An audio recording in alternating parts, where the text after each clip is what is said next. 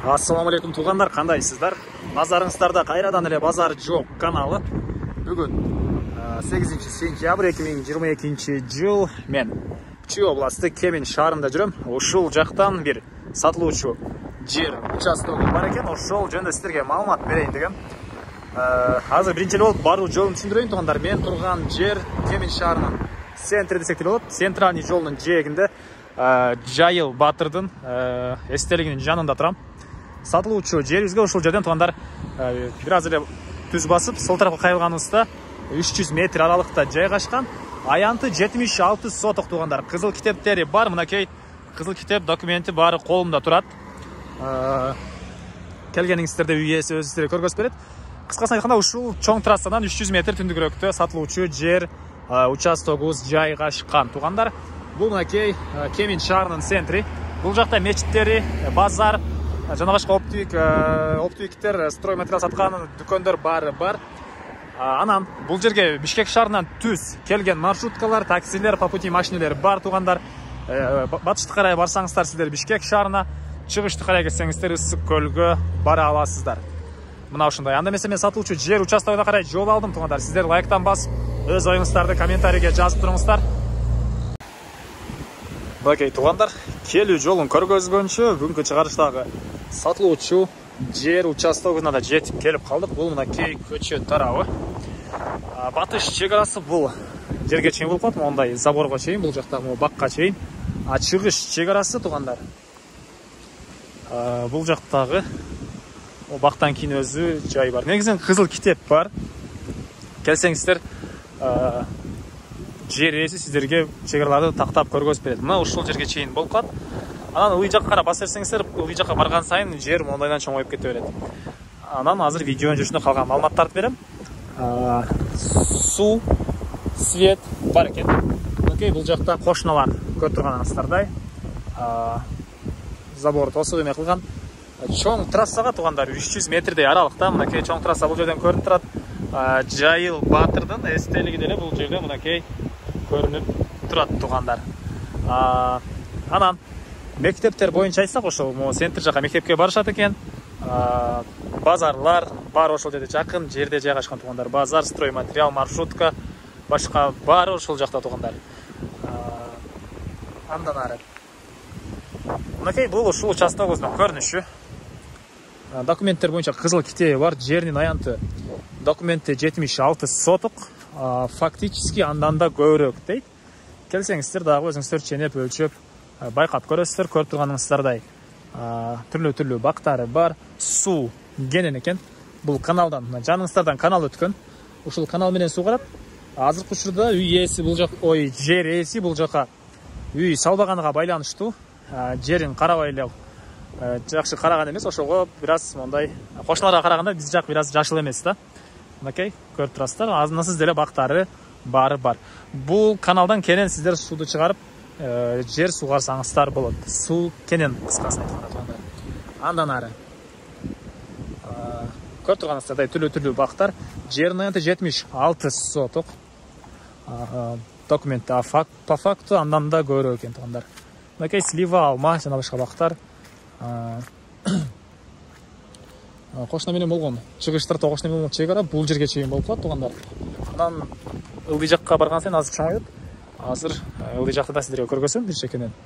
Бул жакта мондай талдар, жаңгак бактары. Ушундай мектепке жана центрге барасыздар. 300 метрдей аралыкта могу чоң трасса. Ал чоң трасса ачкансыздар, кенен эле Бишкектен эле Ысык көлгө деле кенен кетсеңиздер болот. Маршруткалар, по пути машина, таксилер өтө эле көп. Бул жакта мынакей кошуналар үй салып атыптыр. Кошуналар үй сатып атыптыр. Үй ээсин, жер ээсинин айтуусуна караганда, мал бакканга, жер иштеткенге өтө эле ыңгайлуу жер деп айтты. Мынакей бул жакта жаңгак бактары. Ал кошуна деле үй салып атыптыр тугандар. Алар мынакей алда турган түрлүү жаш бактар экен. Персик или алмабы жакындан көргөм жок, алыстан ушинтип байкап турам. Ошонун бирөөсү. Мынакей бул жактагы чек араларыбыз мынакей. Батыш тарапта кошуна менен болгон чек ара мондай забор менен тосулган. Кошуналарда мал сарайлары бар экен, мына көрүп турасыздар. Сиздер деле алсаңыздар, жердин аянты 76 соток, кенен мал сарайын деле, багын деле баарын кылсаңыздар болгудай көрүнөт. Бул чыгыш чекарабыз мына ушундайдан келип, анан бул жерге келип туруп, буяк карап чоңоюп кетет. Ал кошунанын могу жыгачтан болгон заборуна чейин, бул жагы могу сарайдын арты тарабына чейин кеткен. Жалпысынан 76 соттук документте туугандар. Мынакей. Бул жагына бул кошуна ошо бак кылып, бул жагына үй салып, сарай кылып салсаңыздар деле болгудай көрүнөт. Бул менин оюм, эми ал жагыны алган адам өзүңүздөр билесиздер. Баасыны туугандар $11,000 деп атышат. $11,000 деп атышат, сүйлөшүү болот. Мынакей. Бул жагына. Бул кошуна менен болгон чегара, мынакей.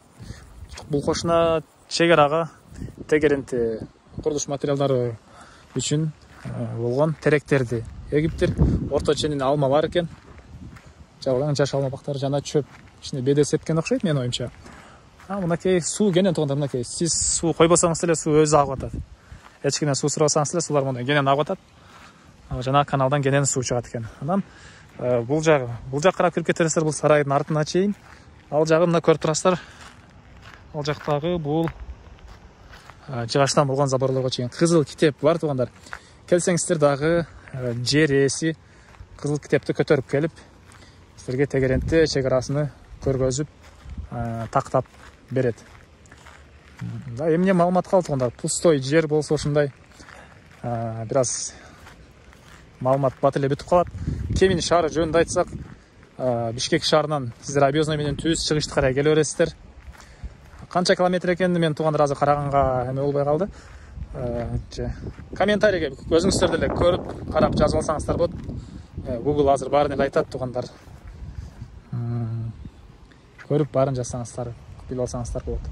Мынакей анан түндүк чегарасы бул көрүп турган могу бактарга чейин болуп калат. Могу дөңгө чейин болуп калат. Түндүк чегарасы. Өтөйүн десем бул жакта суу басып кетиптир мондай. Бул суу эч кандай жерден чыккан суу эмес, бул каналдан келген суу. Сыры истекен деп жүрбөңүздөр. Өзүнө өзү суу чыгат. Камыш жок көрүп турасыздар мынакей. Камыш жок бул жакта. Мына ушундай туугандар, негизинен мал карасаңыздар, бул жакта мал кармап сатып иштейм десеңиздер, бул жакта Токмок шаары деле жакын болуп калат Кеминге. Токмокто билесиздер, чоң мал базары бар. Эле өзүнчө акылдуу болуп кетейин туугандар.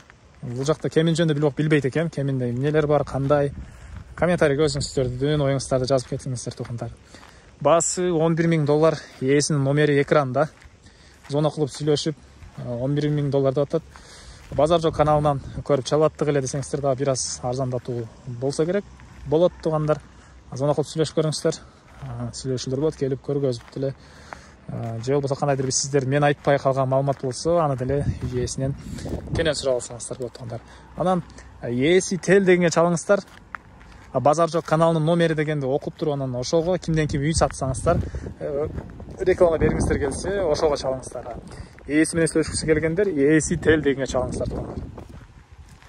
Мына ошондой. Анда эмесе мен сиздерден коштошом туугандар. Кийинки чыгарышка чейин саламатта калыңыздар.